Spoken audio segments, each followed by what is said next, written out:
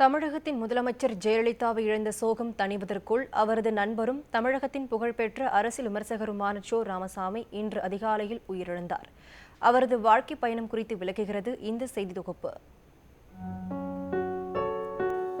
சென்னை மயிலாப்பூரில் ஸ்ரீனிவாசன் ராஜம்மாள் தம்பதிக்கு 1934ஆம் ஆண்டு அக்டோபர் 5ஆம் தேதி பிறந்தார் சோ ராமசாமி. படிப்பை முடித்தபின் 1957ஆம் ஆண்டு முதல் 1962ஆம் ஆண்டு வரை சென்னை உயர்நீதிமன்றத்தில் வழக்கறிஞராக பணியாற்றினார். பகீரதன் எழுதிய தேன்மொழியாள் என்ற நாடகத்தில் அவர் நடித்த சோ என்ற கதாபாத்திரமே அவரது பெயரோடு ஒட்டிக்கொண்டு நிரந்தர அடையாளமாகிவிட்டது.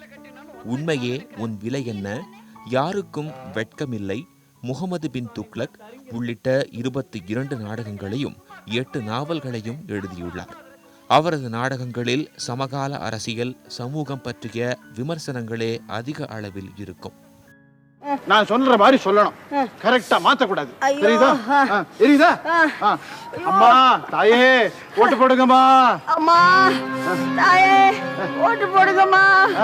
அம்மா தாயே ஓட்டு போடுங்கம்மா. எம்ஜிஆர், ஜெயலலிதா, ரஜினி, கமல் உள்ளிட்ட நடிகர்களுடன் 200 திரைப்படங்களில் நடித்துள்ளார். அவரது பல நாடகங்கள் பிற்காலத்தில் திரைப்படங்களாக எடுக்கப்பட்டன. சுல்தான், உங்களை பற்றி நான் நிறைய கேள்விப்பட்டிருக்கிறேன். அதையெல்லாம் நம்பாதே, மிக நல்ல விஷயங்கள் தான். அப்போது நம்பு. பஞ்சமில்லாத காலத்தில் தான் நான் வரியை உயர்த்த வேண்டும் என்றால் இந்நாட்டில் வரியை உயர்த்தவே முடியாது. நன்றி கெட்ட மக்கள் இந்நாட்டு மக்கள். அவர் தொடங்கிய துக்ளக் வார இதழ் அரசியல் விமர்சனத்துக்கு பெயர் போனது. நெருக்கடி காலகட்டம், எம்ஜிஆர் ஆட்சி காலங்களில் அவரது விமர்சனங்கள் மிகவும் கடுமையாக இருந்தன. தமிழகம் மற்றும் இந்திய அரசியலில் நடந்த முக்கியமான மாற்றங்களுக்கு காரணமாக இருந்தவர் சோ என கூறலாம்.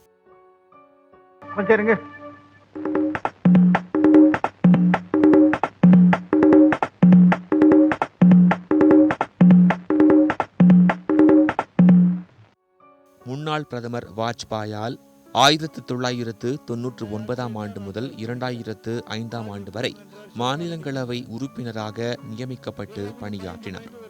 கோயங்கா விருது, நசிகேதஸ் விருது, ஹால்டிகாட்டி விருது உள்ளிட்ட விருதுகளை பெற்றார்.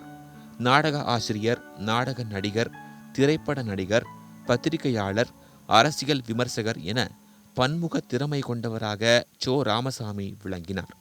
மறைந்த முதலமைச்சர் ஜெயலலிதாவிற்கு நெருங்கிய நண்பராகவும் அரசியல் ஆலோசகராகவும் இருந்தார். சோவின் மறைவு தமிழகத்தின் அரசியல் விமர்சன உலகில் பெரும் வெற்றிடத்தை ஏற்படுத்தியுள்ளது என்று கூறினால் அது மிகையாகாது.